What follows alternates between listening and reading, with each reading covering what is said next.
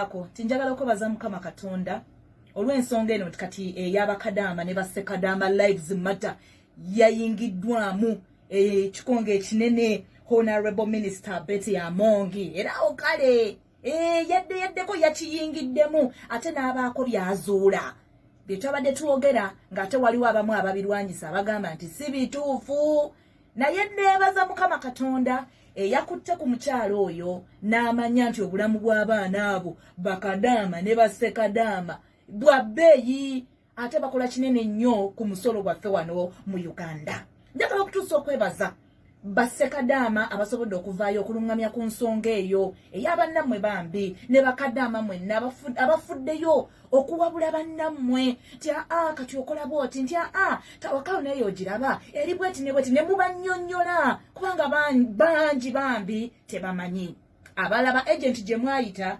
babalimba babawuddisa kubanga bo babafunamu ssente n'ekirala ne companies bambi ezasobodde okuvaayo okulabika nti banoonya ku baana baabwe bambi mwebale nnyo mwebalire ddala nze nakola awareness just lwakuba nali nnumirirwa abaana baffe abakola mu Bwarabu saakikola mu bubi nti oba kufiiriza muntu obaani nedda bulamu bw'abaana ate mmwe mwennyini ne muvaayo mmwe mwandaga biki ebiriyo kuba munenze ndi Uganda zizirina kyemmanyi naye mmwe kennyini through voice notes through videos mbadde munsindikira mukwano nange information mwembadde njejja naye njagala okwebaza buli omu buli ssekinnoomu oba oli mu Buwarabu oba oli Kata oba oli luddawa ng'ofuddeyo nnyo okuyamba ku banno abali mu mbeera eyo oba oli disaster oba oli ku contract mukwano thank you so much era kale kubanga munnange Honorable Minister Betty Amongi waaviiriddeyo ng'ekintu kisusse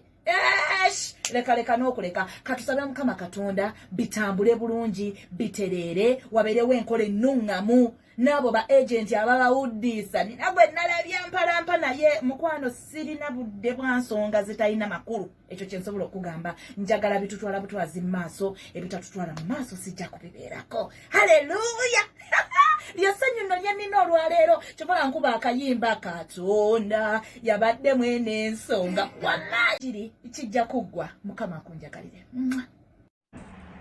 kuba eno app ekoledde abantu bangi n'abalala weebali wano e Uganda ne mu ssimu zaabwe mweri tawakala njagala mumbuulire buli eyateekamu app eyo yavaamu ensigo app erina engeri gy'ejjamu abantu ensigo mutiisatiisa abantu okubagema COVID.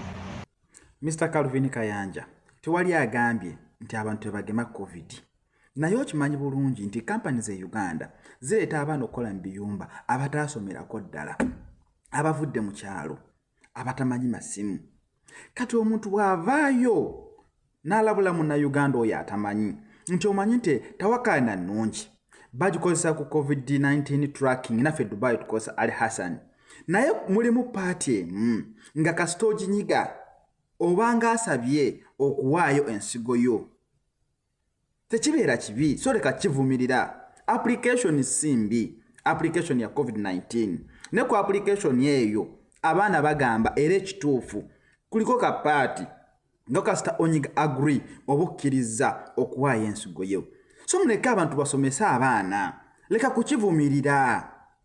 kukivumirira kubanga ogambye nti abantu bamala kukola research nti kuliko after death nange wenkubuuliza paragraph esooka egamba the beneficiary pledges that the entered data is correct. Sebo Mr. Calvin Kayanja gwayasoma omuntu afudde asobola okukakasa nti amawulire gawa gwegamba information gyawadde entuufu ng'omaze okufa. Paragraph eyokubiri egamba the decision is not final. The registrant has a right to withdraw his wish by cancelling tawakalna. Katika nkubuuze sebo omwana yamaze okunyiga agree nga tamanyi mukama we yamunyigidde kubanga abasinga tebaziina oyo omuntu aba yafa oba abakyali ku nsi. A dead person can cancel the application. So muleke abantu basomesa abantu Calvin Kayanja muleke kubuzaabuza kubanga mwe mwatuuka. Paragraph yokusatu gyogerako egamba if you wish to donate your organ after death. If you wish to donate your organs after death. Singa okkiriza okuwaayo organ zo ng'omaze okufa ddala omuntu afudde asobola okusaba organ Mr. Calvin Kayanja. So leka abaana babasomese nti application nnungi bagikozesa for COVID-19 tracking naye waliwo paati nga yo kasita ogijjuza oba omaze okulaga obwetaavu oba okuwaayo ensigo ye. Abaana bakitegenduka paati yako ko tewali kukakwatako era tukabalage kubanga bonna tebaasoma tebamanyi luzungu tebamanyi kukozesa simu. Abaana abasinga buli kimu banyiga agree.